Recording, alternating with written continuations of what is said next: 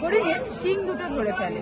তো ধরার সঙ্গে সঙ্গেই একটা শিং কিন্তু ভেঙে মাটিতে পড়ে যায়। ঠিক যে জায়গাটায় পড়ে সেখান থেকে কিন্তু এই পশুপতিনাথের উৎপত্তি। এই মন্দিরে পশুপতিনাথের যে লিঙ্গটা সেটা কিন্তু পরশ পাথরের তৈরি।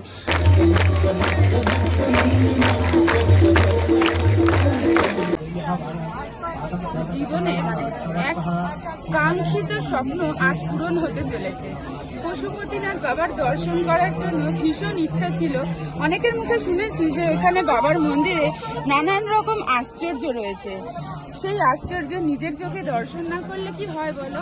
তো যাই হোক, আজকে আমরা নেপালের রাজধানী কাঠমান্ডু। তো কাঠমান্ডুর ভীষণ জনপ্রিয় মন্দির বাবা পশুপতিনাথ, সেই মন্দিরে আমরা চলে এসেছি। আর বাবার জন্য এই যে ডালা কিনে নিয়েছি দিদির দোকান থেকে, তোমাদেরকে আগেই দেখালাম। দেখো এখানে কি কি রয়েছে ডালাতে। এটা নেপালি রুপিতে 500 টাকা নিয়েছে।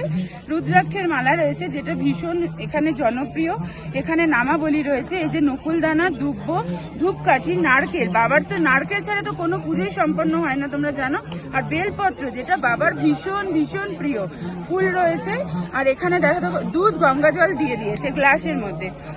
এটা হলো নেপালি টাকায় 500 টাকা। তো চলো এবার সামনের দিকে যাব আমরা। আশা করি বাবার দর্শন খুব ভালোভাবে হবে। আর ভেতরে তো ফোন এলাও নেই, তো বাইরে থেকে যেটুকু পারবো তোমাদেরকে দেখাবো, তারপর বাইরে এসে আবার কথা বলবো। চলো। এই মন্দিরে পশুপতিনাথের যে লিঙ্গটা সেটা কিন্তু পরশ পাথরের তৈরি। আর বাবার মুখের যে দিশাটা সেটা 4টে দিশা, পূর্ব, পশ্চিম, উত্তর, দক্ষিণ।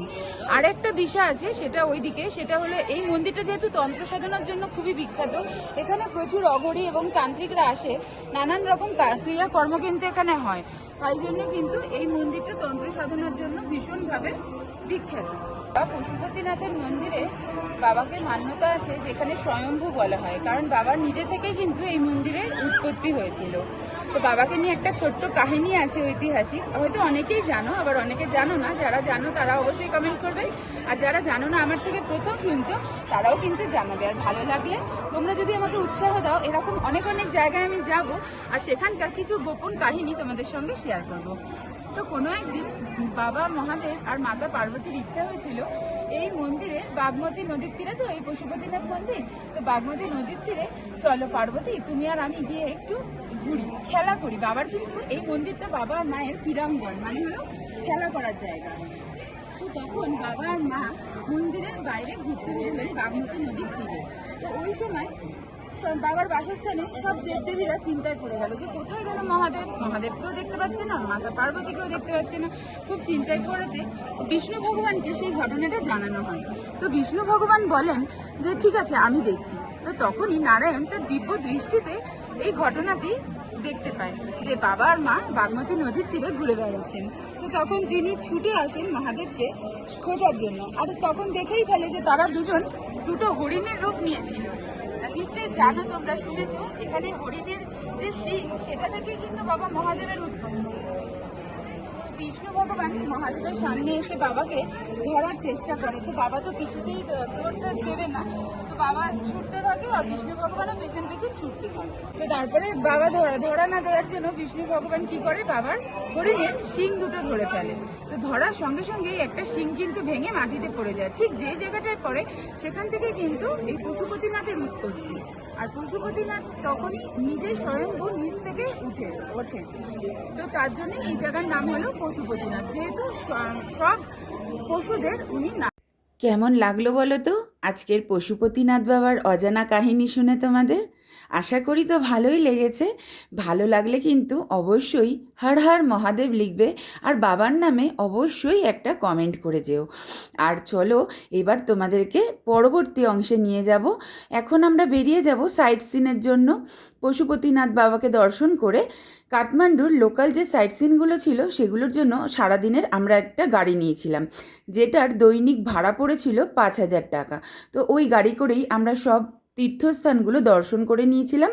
ওই গাড়িরই ড্রাইভার দাদাকে বলেছিলাম সন্ধেবেলা আরতির সময় আমাদেরকে বাবার মন্দিরে অবশ্যই নামিয়ে দেবেন, তাহলে আমরা আরতি দেখে তারপরে হোটেলে ফিরবো। আর ওই ড্রাইভার দাদাটা এতটাই ভালো ছিল, প্রত্যেকটা জায়গায় দর্শন করার আগে সেই জায়গার সম্বন্ধে ছোট ছোট গল্প কাহিনী আমাদের সঙ্গে শেয়ার করেছিল, যাতে আমাদের ভিডিও বানাতে ভীষণভাবে সাহায্য হয়েছিল।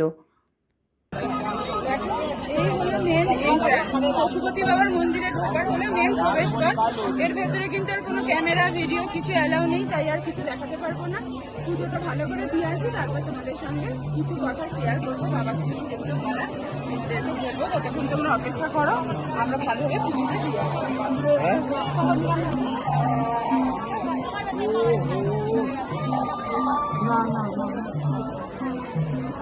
আমি যেখানেই তীর্থ করতে যাই না কেন, আমার কেন জানি না ভীষণ আগ্রহ হয় সেইখানের যে দেব থাকেন বা দেবী থাকেন তাদের সম্বন্ধে ছোট ছোট অজানা কাহিনী আমি নিজেও সংগ্রহ করি এবং আমার দর্শক বন্ধুদের সাথেও সেটা শেয়ার করি।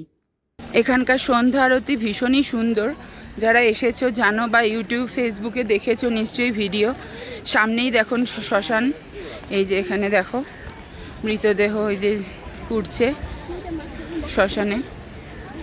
এই হলো নদী।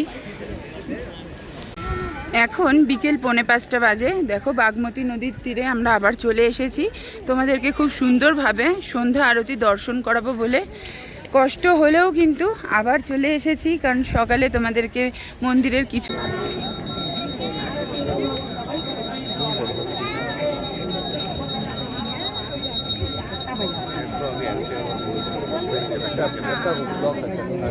आणि आपण के भयो त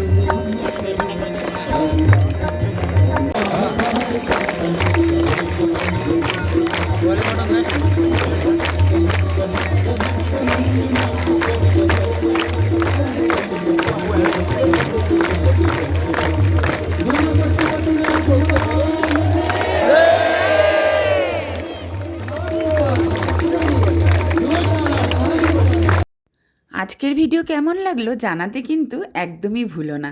তোমাদের একটা কমেন্ট এবং লাইক পেলে মনটা বড্ড ভালো লাগে আর মোটিভেট হই। পরবর্তী আবার খুব ভালো একটা ভিডিও নিয়ে দেখা হচ্ছে সামনের বুধবার।